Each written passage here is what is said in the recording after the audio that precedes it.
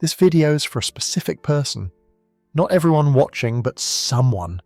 The person who comes home to a quiet apartment after work and the first living thing that acknowledges their existence is a cat sitting by the door. The person who talks to the cat during dinner because there is nobody else to talk to. The person who wakes up in the middle of the night and the only sound is purring from the other side of the bed.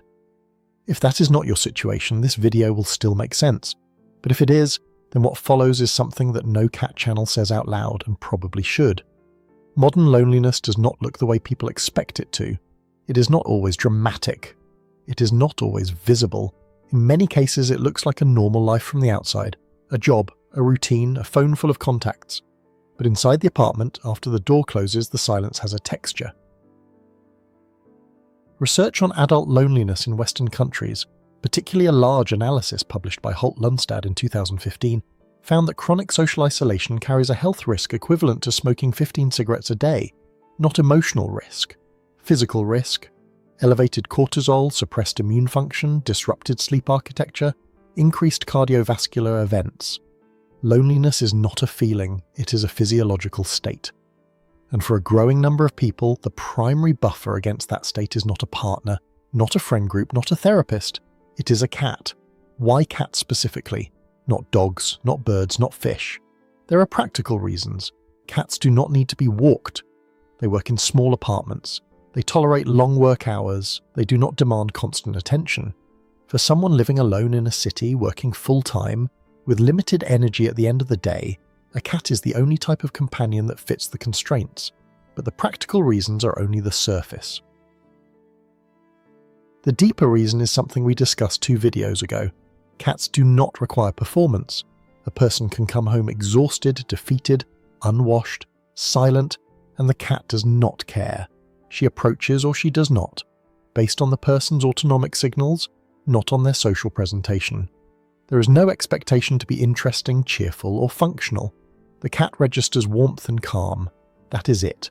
For someone whose entire day was spent managing how other people perceive them, the absence of expectation is not small. It is the only space in 24 hours where the mask is not required. And there is a specific moment in the evening that millions of people recognize but rarely describe. The person sits down, the apartment is quiet, the phone is on the table, face down, and at some point in the next 10 or 15 minutes the cat appears. Not called, not summoned, she just shows up, settles nearby, and the room changes. The person's breathing slows, the shoulders drop. Something in the chest releases. That transition from the performance of the day to the stillness of the evening is mediated almost entirely by the presence of the cat, not by what she does, by the fact that she is there. There is a pattern in shelters that nobody talks about publicly, but everyone in rescue work recognizes. A significant number of adult cat adoptions are driven by loneliness.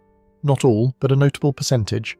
The adopter comes in alone, fills out the paperwork alone, drives home with the carrier alone, and in the first week the cat hides under the bed and the person sits on the floor nearby, talking quietly, waiting. That waiting period, which can last days or weeks, is one of the most honest moments in the bond between a person and an animal. The person has nothing to offer the cat except time, patience, and stillness.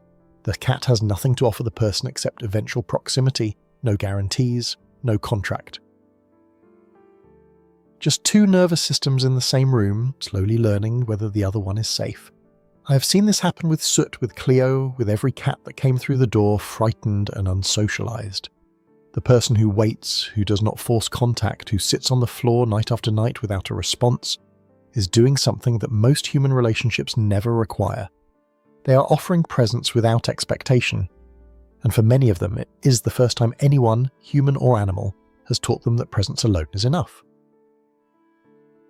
What does the cat actually do for the lonely person's body? The data is specific.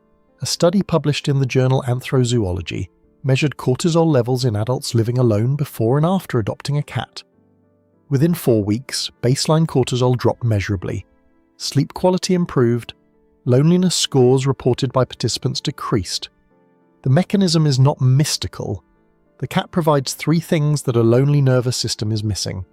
First, predictable physical warmth. A body next to a body, same spot, same time, every night. Second, routine. The cat needs to be fed, which creates a structure that anchors the day. Third, a response to the person's presence. The cat's head turns when the person enters the room. That turn, that small acknowledgement, is enough to register in the social processing centres of the human brain as someone noticed I am here, for a person who has gone days without being noticed. That signal is not trivial. Here is the part that needs to be said carefully. A cat is not a substitute for human connection. That framing is wrong and it does harm. It implies that the person with a cat instead of a partner or a social circle has settled for less, that the cat is a consolation prize, a placeholder until the real thing comes along, that framing misunderstands both the person and the cat. The bond between a lonely person and a cat is not a lesser version of a human relationship. It is a different category entirely. It operates on different rules. No negotiation, no compromise, no performance, no betrayal.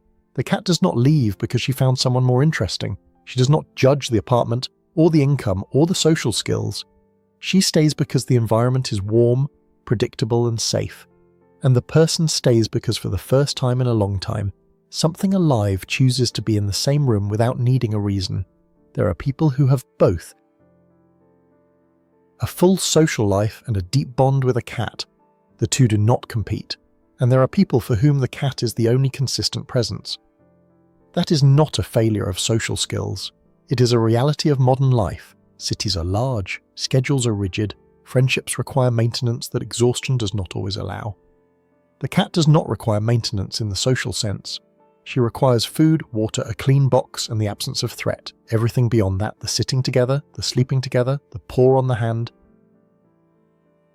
That happens because two nervous systems found a rhythm, not because someone earned it. There is one sentence that almost every person in this situation thinks but rarely says. She is the only reason I come home, not the only reason they are alive, not a crisis, just a quiet recognition that the apartment with the cat in it is a different place than the apartment without, that the weight on the bed at night matters, that the sound of purring at 2 a.m. is not background noise. It is proof that the space is shared. There is a version of 3 a.m. that only people who live alone with a cat know. The apartment is silent. The city outside is still, and somewhere in the dark, a small body shifts, resettles, exhales. That sound, barely audible, changes the room from empty to inhabited. Not crowded, not social, just not empty. That distinction is the entire point. And that recognition, spoken or not, is not weakness. It is not pathology. It is a nervous system that found a source of regulation in a world that did not offer many options. And it chose the one that was available, consistent and real. We have spent 8 videos looking at what cats do, how they bond, what they see, how they relate to other cats and to humans. All of it has been about understanding. This video was about something simpler. Just being in the same room. Next time something lighter. A cat climbing onto a person's lap. 3 reasons it happens, and as usual, only one of them is about what most people think.